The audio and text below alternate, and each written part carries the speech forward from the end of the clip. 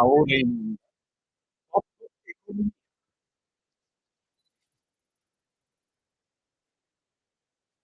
Soldi, soldi, quanti soldi, quello darti i soldi, chi vede a tanti soldi perché? Tanti soldi.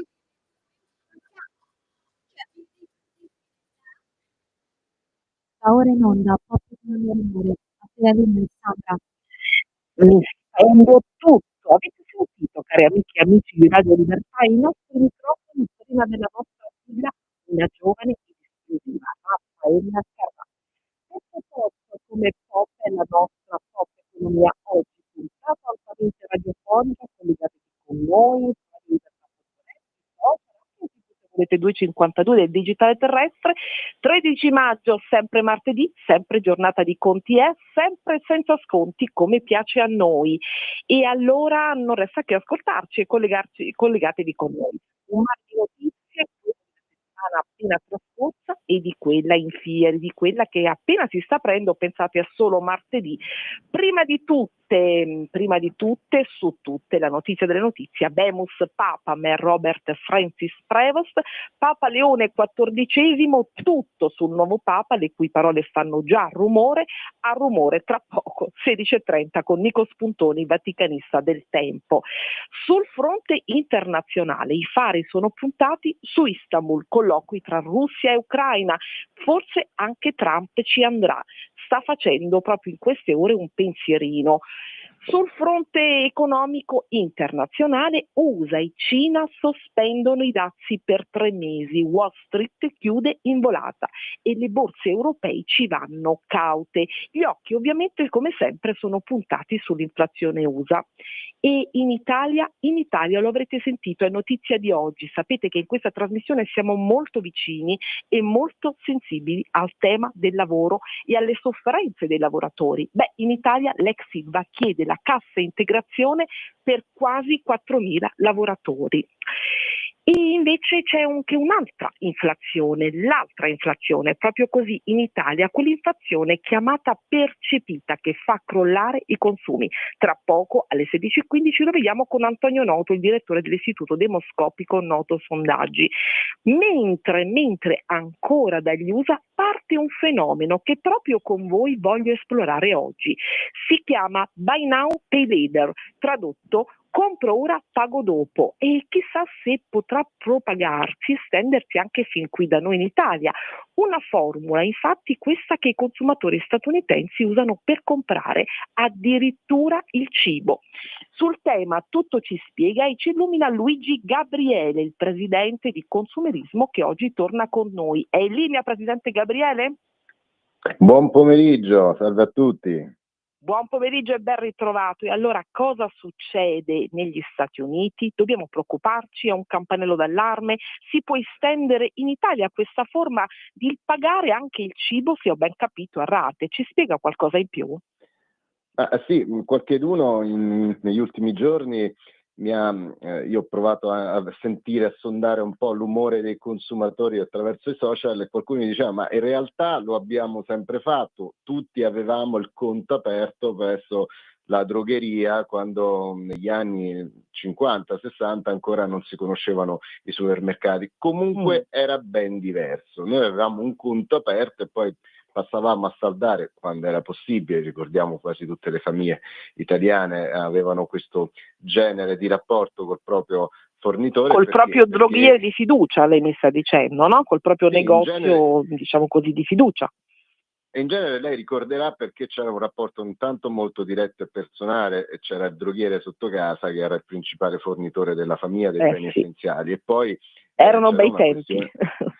Sì, e poi era molto legato al fatto che la gestione delle finanze familiari veniva effettuata dalla donna di casa che gestiva anche l'approvvigionamento delle materie prime per tirare avanti la famiglia e si passava in genere a pagare quando si aveva la disponibilità economica, a fine mese si tirava una linea e si pagava.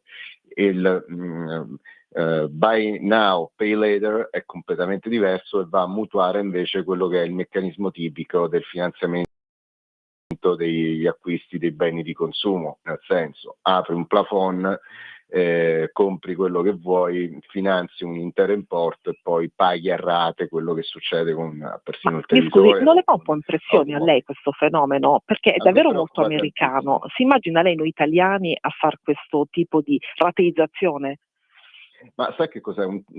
Sempre per cercare di ricordare il passato, noi acquistavamo una quantità di beni necessari a tirare avanti in famiglia in base anche al fabbisogno essenziale. Se ci ricordiamo, erano anche bei tempi in cui i prodotti erano di origine prevalentemente sfusa, acquistavamo grano, pasta, farina, oli, sali e così via, sempre in quantità necessaria. Oggi in realtà noi non acquistiamo quello di cui abbiamo realmente bisogno, ma acquistiamo quello che la scaffalatura della grande distribuzione organizzata o dal volantino fino al momento in cui mettiamo piede all'interno del supermercato ci dicono loro di acquistare. Gran parte dei beni, sappiamo, il 30% del nostro carrello finisce nella pattumiera, perché sappiamo che non facciamo nemmeno in tempo a consumarlo, perché erano prodotti di cui non avevamo effettivamente Non avevamo bisogno. bisogno, siamo un po' succubi della pubblicità commercio in questo senso.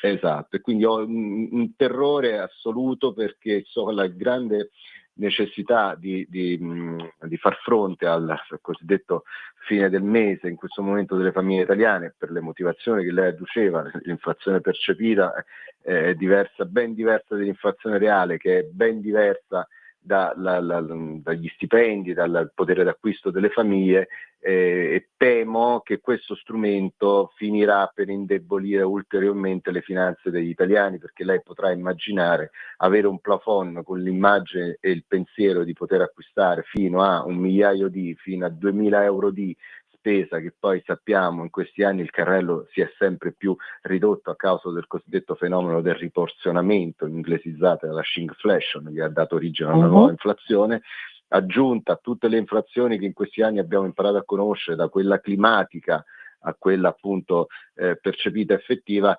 Sappiamo che il potere d'acquisto, a mio avviso, non potrà che peggiorare ulteriormente. Ma non potrà che peggiorare. E l'inflazione percepita, ne parliamo proprio tra un pochino con Antonio Noto nel sondaggio che lui ha proprio elaborato per il Sole 24 Ore giorni fa. L'inflazione percepita, che è al 10%, pesa, e come pesa, anche se non è reale, perché, come lei diceva, appunto, i salari sono fermi e i consumi sono depressi per questo. Questo fenomeno, lei che è il presidente di una importante associazione Consumerismo, come è percepito, e soprattutto gli italiani, i cittadini, ne sono pienamente consapevoli, o è una percezione così ancora a livello non reale? Ma la vita reale è ben diversa dalla vita che poi rientra all'interno delle statistiche demoscopiche o economiche che svolge il nostro, sebbene professionalissimo, Istituto Nazionale di Ricerca, che è quella in cui siamo abituati a pensare che una colazione media fino a qualche tempo fa di 3 euro in un attimo la trovi ad avere sempre sotto casa un costo molto maggiore, che può arrivare in pochi istanti anche a 5, poi spostandoci E non è di una quartiere. colazione da Tiffany, no? È la colazione sotto casa, cornetto e cappuccino, lei mi sta descrivendo. Oppure io ho fatto questa battaglia, che era una battaglia finalizzata appunto a rendere consapevole il consumatore che l'effettivo costo anche di quello che è un banalissimo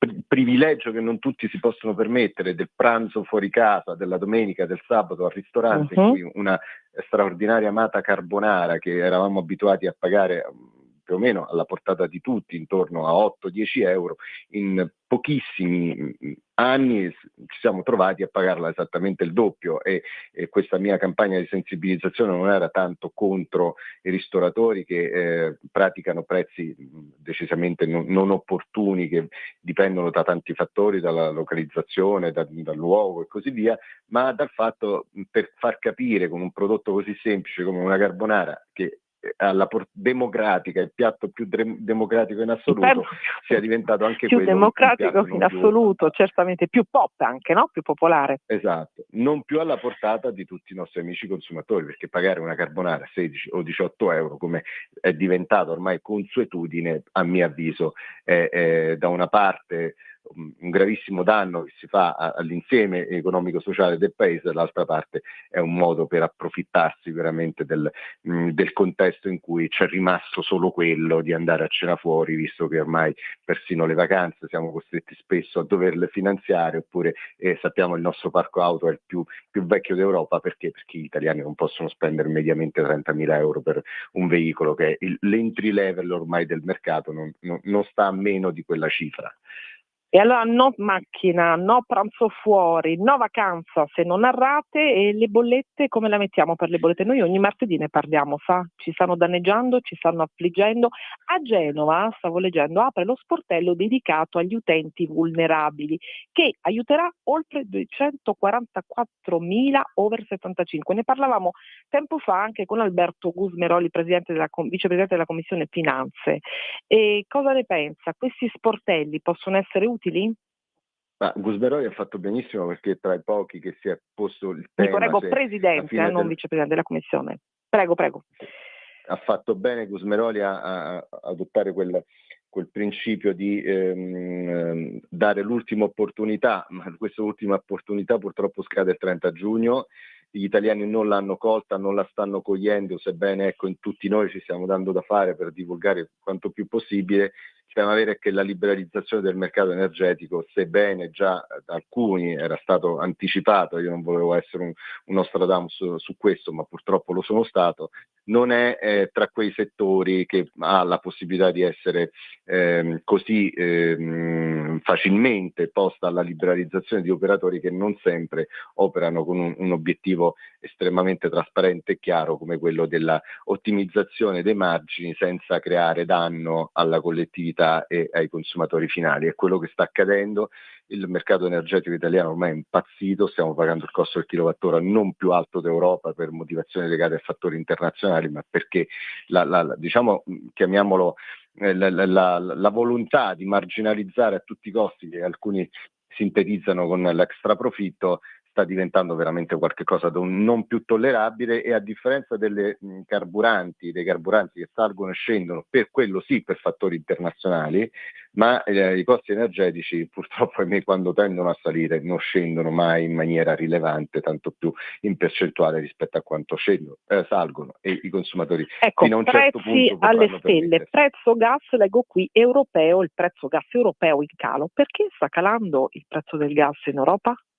Ma in teoria è una situazione positiva legata al tempo in cui ci troviamo. Il periodo è quello primaverile, abbiamo bisogno di poco gas, non dobbiamo, sia noi che i nord europei non devono pompare gas per riscaldare le abitazioni, e quindi il flusso si orienta verso le attività produttive. C'è un'infinità di gas portato attraverso il cosiddetto GNL, che sono le grandi navi che lo trasportano da varie parti del mondo, prevalentemente per quanto ci riguarda dagli Stati Uniti.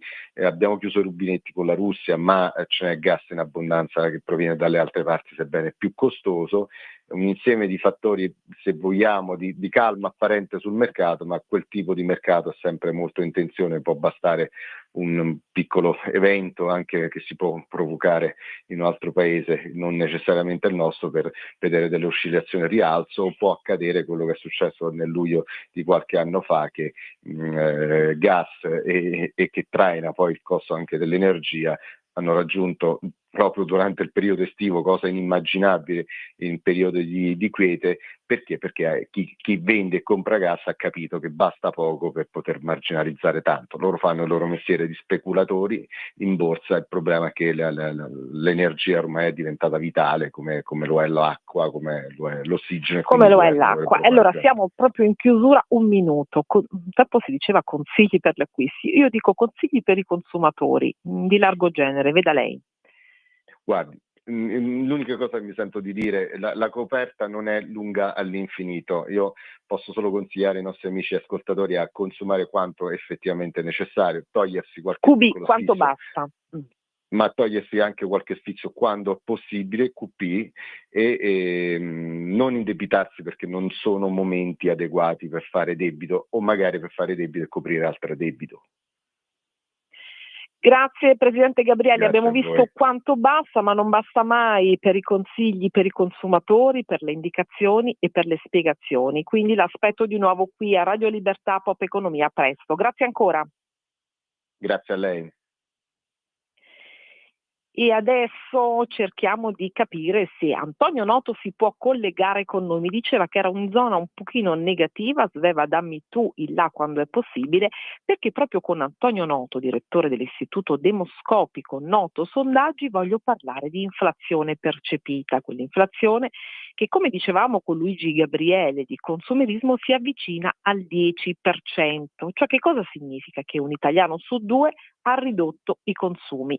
Ma in questo modo, così facendo, i salari sono fermi e deprimono ancora di più i consumi. Ed ecco perché vogliamo capire quali sono le categorie più colpite e a che cosa veramente stiamo rinunciando tutti noi quando andiamo a fare la spesa, quando andiamo a comprare il cibo, quello che ci fa sopravvivere, ma anche qualche sfizio in più, oltre che le cose fondamentali, oltre che pagare le bollette tutti i santi giorni.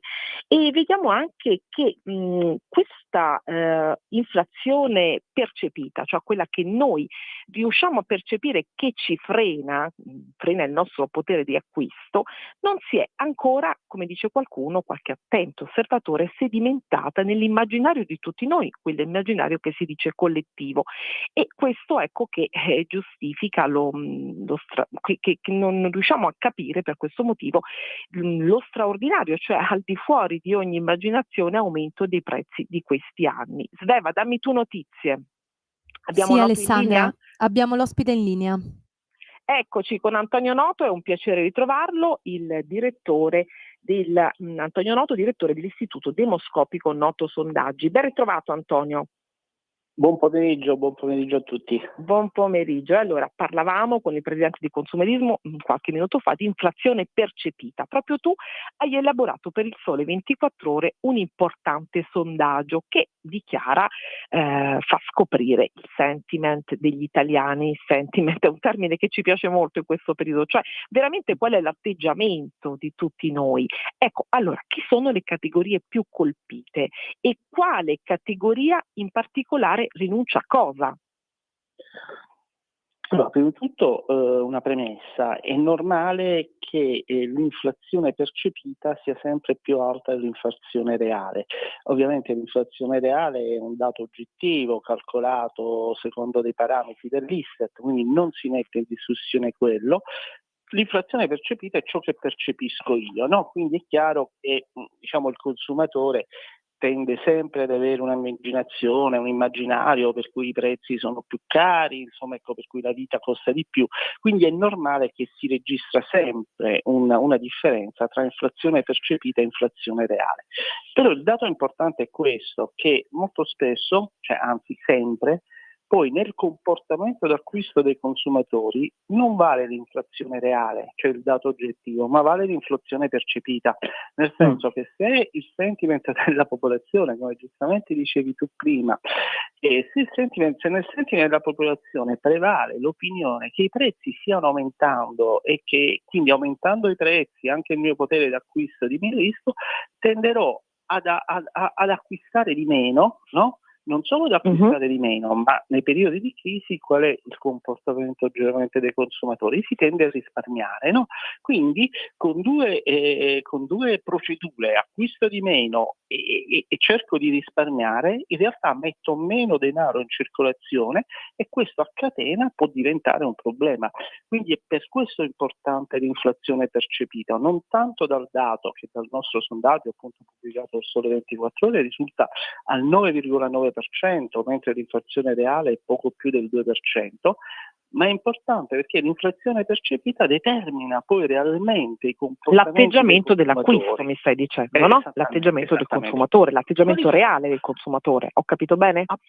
Sì, assolutamente sì, quindi impatta più l'inflazione percepita che non l'inflazione Che è reale quella nel reale, quindi è più comportamento. pesante e talvolta molto spesso è più realmente cocente di quella reale. Ma gli italiani hanno preso veramente coscienza di questo quadro che è un po' sinceramente deprimente, oppure incide anche molto la percezione, appunto, come dicevi tu, e la paura? E a che cosa davvero sono disposti a rinunciare? Sì, diciamo che ovviamente la rinuncia è in relazione all'età e agli stili di vita, no? Ognuno ha un suo stile di vita, c'è chi magari, come dire, spende di più per ristoranti, chi spende di più per libri, chi spende di più per altre cose, e poi ci sono dei beni, dei servizi che invece, come dire, sono difficilmente sacrificabili, anche se ci si sacrifica, come quelli della salute, no? Allora è chiaro che è un po' come se nell'ultimo anno gli italiani avessero un po' ridotto i consumi. Per esempio, faccio un esempio perché potrebbe sembrare paradossale, no? Noi abbiamo poi il turismo, no? Cioè è sempre Mhm. diventato un po' quasi un tema negativo, no? Cioè le città sono piene di turisti e le città non sono attrezzate, no? A far fronte a questa domanda turistica. Ok, però se andiamo a vedere invece il tempo medio trascorso nelle città dai turisti, ecco il tempo medio è diminuito, si è passato dai 4 giorni di media degli anni scorsi a 2,3 giorni di media, diciamo, nell'ultimo anno, no? Quindi è vero che c'è più gente che ci spende in turismo, però è anche vero che ognuno spende in misura minore rispetto a prima, no? Quindi si tende, magari non si cambia tanto l'atteggiamento, non si annulla la fruizione di un servizio o l'acquisto di un bene, ma se ne fruisce in misura minore. È questo che si Se sta ne mettendo in fruisce in atto in misura questo minore, momento. chiaro. Voglio chiederti una cosa che molto mi interessa e credo interesserà molto anche le nostre ascoltatrici e ascoltatori. E la notizia delle notizie per noi è stata l'habemus papa, non a tutti abbiamo seguito questa emozionante, questo momento così davvero che ci ha fatto commuovere ed emozionare. Papa Leone, questo nuovo papa. Ecco, il Papa ha parlato subito pace, pace, pace. Questo è stato il suo messaggio davvero dichiarato, un messaggio chiaro, netto, che probabilmente anche le cancellerie d'Europa e del mondo in guerra non potranno stavolta ignorare, e vedremo quanto lui potrà incidere.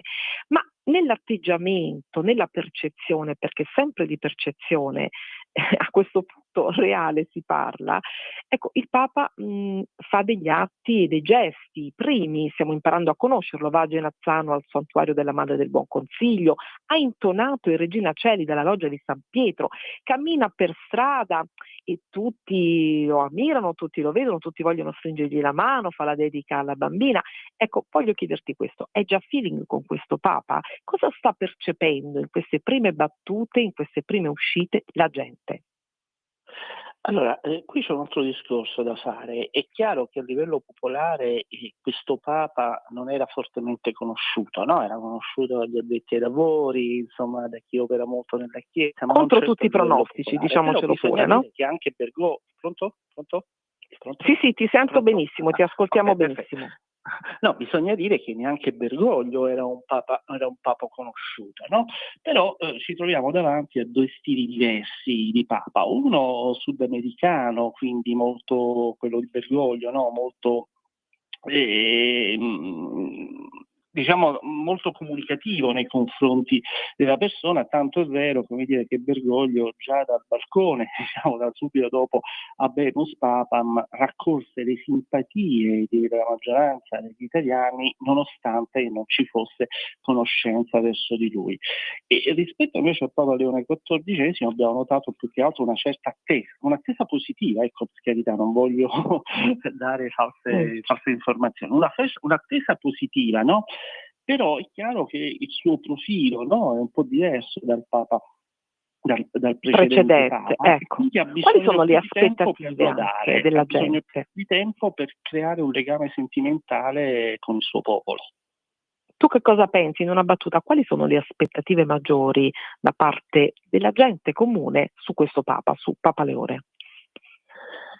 Allora, io non so sul Papa Leone in particolare, però so che cosa gli italiani vogliono dal Papa, no? Ecco, agli italiani piace un papa che diventa il difensore, no? Dei cittadini, che li difende rispetto alle tematiche del lavoro, rispetto alle tematiche della povertà, rispetto a tutte le tematiche per cui i cittadini sono vittime. Ecco, per cui quanto più un papa diventa il reale difensore dei cittadini, ma non solo dei cittadini cattolici, ma proprio dei cittadini, tanto più si crea, ecco quello che dicevo prima, quel legame sentimentale con il proprio popolo. Perfetto, abbiamo capito il messaggio, abbiamo capito la tua interpretazione e vediamo un po' mano a mano quale sarà ancora, quanto e come crescerà la percezione delle persone di fede della gente comune e le aspettative su questo nuovo Papa, Papa Leone XIV. Io ti ringrazio Antonio e ti aspetto presto quando vorrai per commentare insieme le notizie di economia pop e non solo. Grazie. Grazie e buon pomeriggio a tutti. A presto.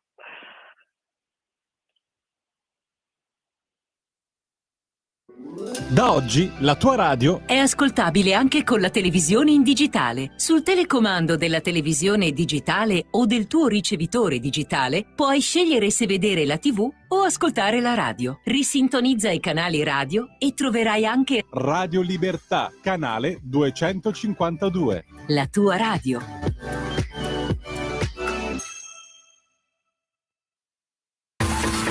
Ehi tu, non trovi più il segnale di Radio Libertà sulla tua radio DAB? Non disperarti, risintonizza! Sì, ma come? È facile, tasto menu, poi scegli il tasto corrispondente alla ricerca automatica dei canali, attendi qualche minuto e tutte le stazioni DAB della tua zona saranno disponibili.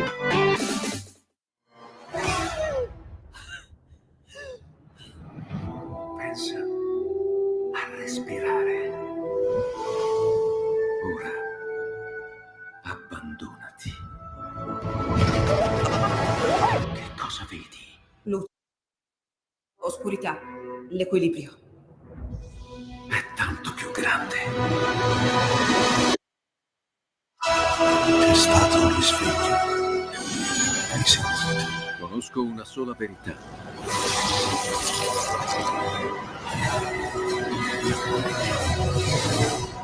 Movie Time ti fa entrare nel vivo del cinema, ti fa sentire come se fossi tu il protagonista del grande schermo.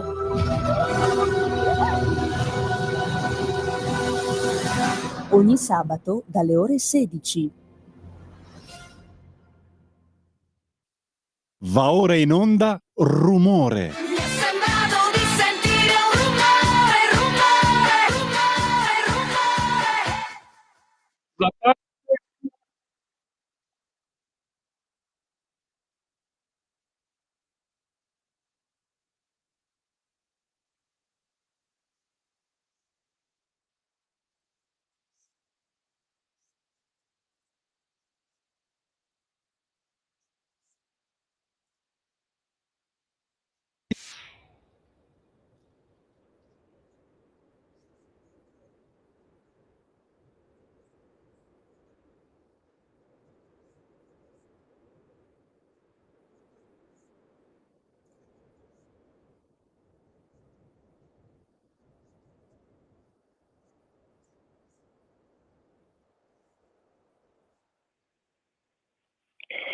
E sono le prime parole e la voce del nuovo Papa, Papa Leone XIV.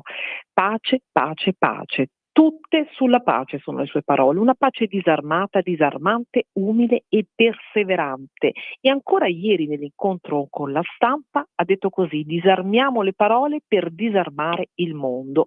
Di lui si è detto molto, moltissimo, ma vediamo un po' chi è Papa Leone: pastore, missionario, agostiniano, uomo di cura, poliglotta, americano con un background importantissimo. Ha percorso anche lui, come Papa Bergoglio, la via degli ultimi. Vediamo allora chi è davvero Papa Leone XIV ed è un piacere ritrovare il vaticanista del tempo Nico Spuntoni. Nico, sei in linea? Eccomi, ciao, buonasera a tutti. Eccoci, ci ritroviamo. Martedì scorso facevamo un pochino le previsioni E qualcosa tu di importante avevi detto, perché proprio pochi giorni prima, era martedì, in radio, il 4 maggio tu hai scritto un pezzo per Il Tempo in cui già azzeccavi il pronostico, perché dicevi e quello di Prevost, che è stato poi, si è rivelato poi un nome davvero contro tutti i pronostici, potrebbe essere la figura giusta. Perché americano? Perché ce lo dici tu? Sì, c'era una serie di ragioni che hanno portato i cardinali elettori a scegliere Prevost. Intanto non volevano fare un salto nel buio. Nel 2016 è stata fatta una scelta che non è stata una scelta improvvisa, nel senso che comunque la candidatura a Bergoglio non è nata in conclave, è nata prima e non è nata da cardinali sprovveduti, ma c'era comunque in qualche modo un'intesa di base con vari cardinali importanti. Però si era comunque scelto un arcivescovo di Buenos Aires, quindi da fuori, mentre in questo caso appunto si sentiva un po' la necessità di scegliere qualcuno che sapesse un po' come funziona la macchina curiale, anche se e lui sa molto bene, davvero, perché è uomo di curia, quindi e sa come funziona la macchina? Sì, perché ecco, questa è stata una scelta un po' a metà, nel senso scegliamo uno che più o meno sa come funziona la curia, perché comunque c'è stata qualche anno che è prefetto, pochi anni, però è prefetto di un dicastero importante come i vescovi, al tempo stesso che non può essere identificato come un curiale, perché comunque ha un profilo molto pastorale, no? Sia vescovo, cioè se noi vediamo il curriculum di Papa Leone, vediamo che da cardinale prima ancora, vediamo che è un curriculum completo, ecco, ha un po' tutto, ecco perché è stato scelto, quindi è stato vescovo, è stato missionario, è stato priore generale degli Agostiniani per addirittura 2 mandati, è un teologo, è un canonista, è un matematico, questo non è necessario, però insomma anche questo un po'. È anche un tennista, un gran bravissimo tennista a quanto pare, e ieri c'è stata anche una battuta che gli hanno fatto, appunto, non so se eri lì tu, ma alcuni cronisti, farebbe una partita a tennis, e lui ha risposto così: basta che non ci sia Sinner, per cui Sinner poi è stato intervistato a sua volta e è stato un pochino in difficoltà, ma cosa devo dire, vedremo cosa si farà, quindi anche un po', diciamo, molto senso dell'umorismo, no, a quanto pare. Sì, aveva anche aperto con ironia non perde la battuta, vero? Sì, infatti ha sorpreso positivamente anche da questo punto di vista. E poi devo dire anche la sobrietà ieri nell'udienza con i giornalisti, io ero lì, l'ho apprezzata, una sobrietà nel senso l'abbraccio con le persone, però al tempo stesso cioè, il Papa non è un clown in un certo senso, quindi a cui mettere oggetti, sciarpe, si è prestato il minimo possibile, secondo me ha fatto bene, perché comunque non è che tu vai in udienza dal Papa e gli metti e gli togli quello che vuoi, quindi ho apprezzato anche questo aspetto sobrio. Ma insomma non perde la battuta Prevost, Papa Leone XIV, che ha richiamato molto Giovanni Paolo II, Papa Wojtyła, e nel suo primo Angelus anche, un dato non da sottovalutare. Perché? Perché intanto devo dire che Giovanni Paolo II è stato il Papa, anzi è ancora il Papa più amato dagli americani. E qui abbiamo il primo Papa americano addirittura, quindi potrebbe essere certo un collante con l'America. Questo, vado subito al punto, Nico, quello che tutti ci chiediamo, un collante anche con Trump? Ma forse collante è eccessivo, però ecco, mettiamola così, alcuni giornali in questi giorni hanno presentato come un anti-Trump, non è così, non è vero che è un anti-Trump. Gli Stati Uniti avevano 10 cardinali elettori e, come avevo scritto in quell'articolo, lui era l'unico che potevamo considerare centrista, quindi non collocarlo né troppo a destra né troppo a sinistra. Quindi questo Papa non è un anti-Trump come molti hanno voluto descriverlo e ci sono già esercitati a descriverlo, ma non dici tu, non un collante, ma potrebbe essere un assist perfetto per l'America di questo periodo. Sì, potrebbe, perché comunque Trump ha il suo Papa, cioè il Papa americano. Poi è chiaro, anche Giovanni Paolo II molto probabilmente sui migranti aveva posizioni che erano non avrebbe probabilmente sposato la politica migratoria di Trump, ma questo sta nelle cose, quindi io non definirei anti-Trump semplicemente perché sui migranti è una politica di accoglienza. Pensiamo invece su battaglie come quelli della morale, i principi non negoziabili e anche la cultura woke che lui in qualche modo già da vescovo e poi da cardinale ha criticato, quindi su questo si può creare un terreno di confronto e anche di unione. Ho capito. E allora anche un'altra nota, è stato svelato da lui stesso il nome, il perché del suo nome, Leone. Dicelo tu, spiegacelo tu. Io ho letto attentamente tutti i pezzi e tutti gli articoli. Perché la volontà, la scelta di chiamarsi Leone? Allora, richiamo appunto a Leone XIII, che è stato un papa che ha governato tra la fine Novarum, no? e l'inizio del Novecento, è stato l'autore della Rerum Novarum, che di fatto è il capisaldo il testo che ha fatto nascere in qualche modo la dottrina sociale della Chiesa, che si collocava in un'epoca di rivoluzione in qualche modo, e lui appunto ha scelto questo nome per affrontare la nuova rivoluzione che è quella digitale. Ieri anche l'ha ripetuto, l'intelligenza artificiale durante l'udienza, sembra sia un tema che lui ha particolarmente a cuore, che vede le potenzialità ma vede anche i limiti, e quindi secondo lui la Chiesa e il Papa devono in qualche modo vigilare un po' sull'etica dell'intelligenza artificiale. Dato interessante. I gesti, la voce, i primi gesti stiamo tutti imparando a conoscerlo. Lo commentavamo anche con Antonio Noto, il sondaggista, poco fa. Ecco, parla di pace, il suo primo richiamo è alla pace, l'ho detto in apertura. Va a Genazzano, al santuario della Madre del Buon Consiglio, ha intonato il Regina Coeli della Loggia di San Pietro e poi cammina per strada, parla con i suoi fedeli. Questo Papa cosa rappresenta? Cosa la gente si aspetta da lui? Che percezione hai tu? E poi è già feeling con la piazza e con i suoi fedeli? Sì, c'è il feeling. Io domenica scorsa ero in piazza e devo dire che quando ha iniziato a cantare è stato un momento molto emozionante, c'era addirittura chi piangeva. È stato in qualche modo una sorta di risveglio, no? della fede, e credo che in pochi giorni sia riuscito comunque a conquistare il cuore un po' di tutta la base cattolica. Questo non era scontato, è stato importante. Poi ecco anche il recupero di quelli che sono un po' i simboli legati al ministero Petrino, che non sono legati all'uomo, cioè non è che quando baci l'anello al Papa baci l'anello a Bergoglio o a Prevost, lì è quello che rappresenta quell'anello, no?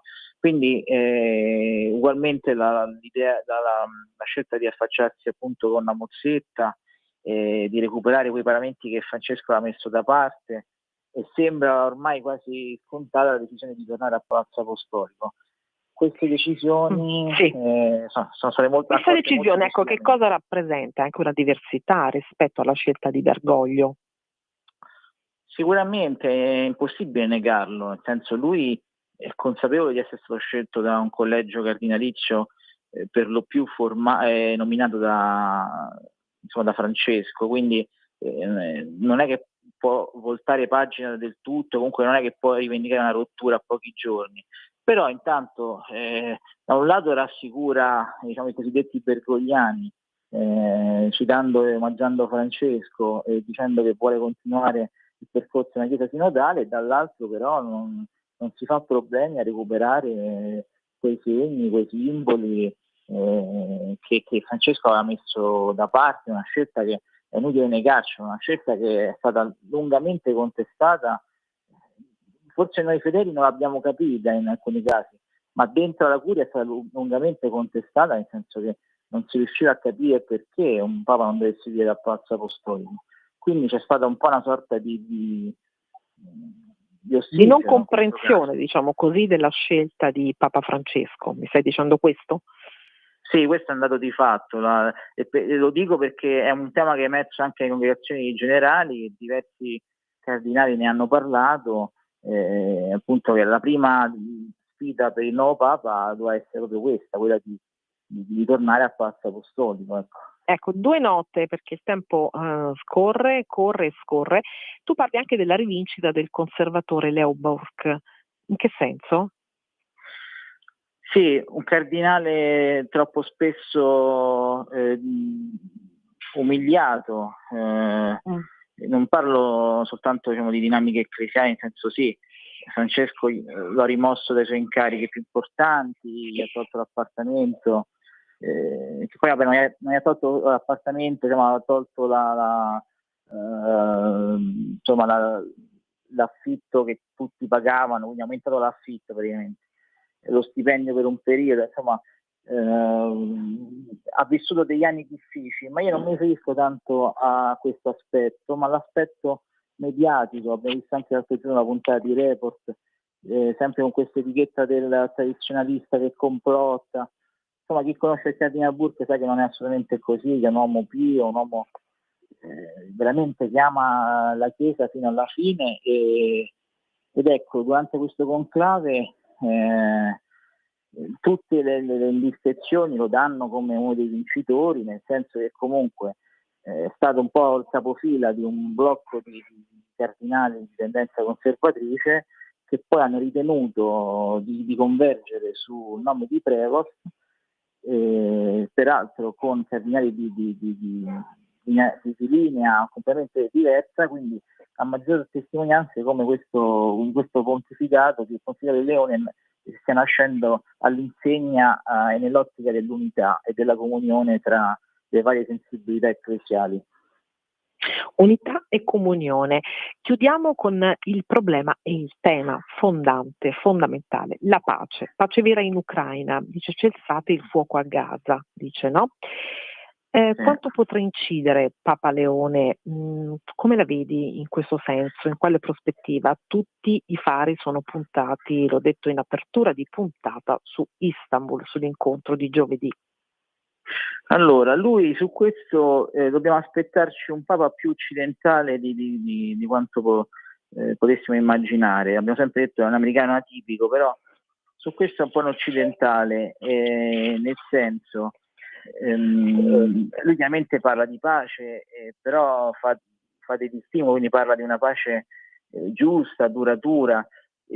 Prima di essere eletto aveva espresso la sua posizione sulla guerra in Ucraina, pur invocando la pace non aveva nascosto di ritenere che appunto la guerra in Ucraina sia il risultato di un'aggressione imperialista russa, così l'aveva chiamata. Quindi ha una sensibilità diversa da Papa Francesco da questo punto di vista. Forse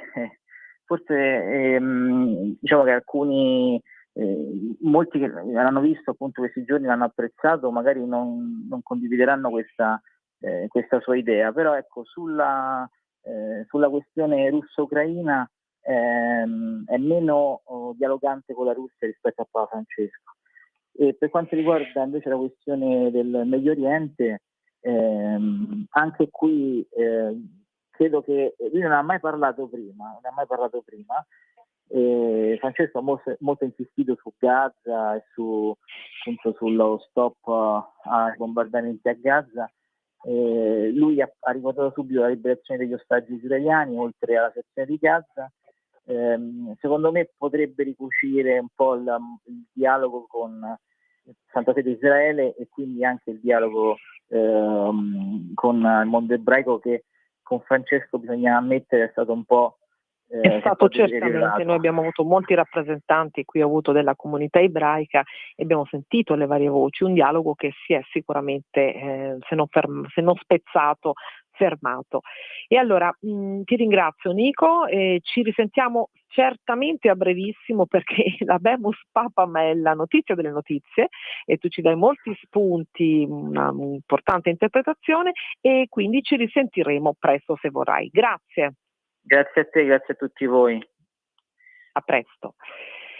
E allora adesso concludiamo con le notizie geopolitiche internazionali. Lo abbiamo già detto, parlavamo di pace, la pace in Medio Oriente, la pace in Ucraina. Sapete dove è Trump in questo momento? È in Arabia Saudita, dove fa un accordo da 142 miliardi per le armi USA. Leggo qui proprio un'ansa dell'ultimo minuto, una giornata fitta di appuntamenti a Riyadh e il vertice con Bin Salman, ma sono sicura che di tutto questo potrà dirci di più la nostra Graziella Giangiulio di AGC News. Vediamo un po' se ce l'abbiamo in linea. Alessandra, no, sto entrando in collegamento. Non ancora, insistiamo un po', intanto io vi leggo le ultime che sto vedendo proprio qui con voi. Bin Salman incontra a Corte Musk, Altman, Wang con Trump. Ecco qui il principe ereditario saudita Mohammed bin Salman ha accolto i CEO delle grandi aziende tecnologiche presso la Corte Reale Saudita a Riyadh. E tutti i fari, come dicevo poco fa, sono puntati sull'incontro di Istanbul che si terrà giovedì. Vedremo che cosa Alessandra, farà Putin. scusami se ti interrompo. C'è Graziella Giangiulio in linea. È in linea Graziella. Graziella, come stai? Tutto a posto, grazie, buonasera e bentrovati a tutti e a tutte. Beh, bentrovata a te innanzitutto. E allora, che cosa sta succedendo in Arabia Saudita? In Arabia Saudita momento abbiamo gli accordi, diciamo, con gli Stati Uniti d'America. Abbiamo questi investimenti da parte dell'Arabia Saudita negli Stati Uniti nel comparto della difesa. Si parla addirittura della vendita dei famosi jet F-35, non si sa se è vero, ma sicuramente ci sono questi accordi dove gli Stati Uniti, fonte la Casa Bianca, sosterrà appunto il miglioramento, chiamiamolo così, del sistema della difesa dell'Arabia Saudita. Quindi diciamo un avvicinamento come non si vedeva dal 2017, ci ricorderemo tutti la famosa danza con le spade di Trump in Arabia Saudita, dove poi, se vogliamo dire, ci fu quello che fu il primo seme, no, degli accordi di Abramo che poi dal 2020 diventarono storia. E quindi grandi diciamo accordi. Inoltre, sicuramente avete letto in molti, ci saranno a breve degli incontri a 4 in cui appunto parteciperanno anche il presidente ad interim della Siria al-Sara, il presidente del Libano, gli Stati Uniti d'America e appunto l'Arabia Saudita, per parlare anche di questioni di confini, di Medio Oriente e diciamo cercare di porre almeno un punto sulla questione tra il Libano e la Siria. Allora, Graziella, questo è il primo viaggio importantissimo di Donald Trump, no? Nel suo secondo mandato. E Riyadh è la prima tappa del tour nella regione del presidente americano, che poi è atteso, come dicevi tu, in Qatar, negli Emirati Arabi Uniti. E giovedì succede qualcosa, dovrebbe succedere qualcosa di importante a Istanbul. Quali sono le notizie di primissima mano che abbiamo su questo incontro di Istanbul? Innanzitutto Trump che ci sta facendo su un pensierino, andrà, non andrà? Vediamo un po'. Allora, hanno detto i soliti rumors che andrà solo se ci sarà Putin e a questo punto non ci andrà. Sicuramente non ci saranno. Putin che cosa ha detto? Nel senso che Trump ha detto se Putin c'è io ci sarò. Ma Putin al momento non ha assolutamente detto che ci sarà, anche perché Putin non ama gli ultimatum, mentre tutti abbiamo visto i paesi europei cappeggiati da Germania, Francia e non più europea ma sempre del continente Regno Unito, hanno detto che se Putin non fa questi incontri diretti con Zelensky metteranno un pacchetto di nuove sanzioni sulla Russia. Ecco, infatti sto vedendo in questo momento che Zelensky dice se Putin rifiuta l'incontro aspetto forti sanzioni. Esatto, ma Putin sta preparando una delegazione di alto livello, questo sì, lo sta facendo, là ci saranno Witkoff e Kellogg, e Kate Kellogg, quindi l'inviato di Trump per il Medio Oriente e l'inviato di Trump per l'Ucraina. Ricordiamo che Witkoff è quello che ha fatto anche tutti gli accordi per la liberazione degli ostaggi americani schierano in Russia, e loro già ci sono già arrivati e quindi si aspettano di parlare con i delegati russi, ma che ci sia Putin, la questione è molto in forza, se non altamente improbabile. Perché non c'è niente da firmare ancora, siamo agli inizi.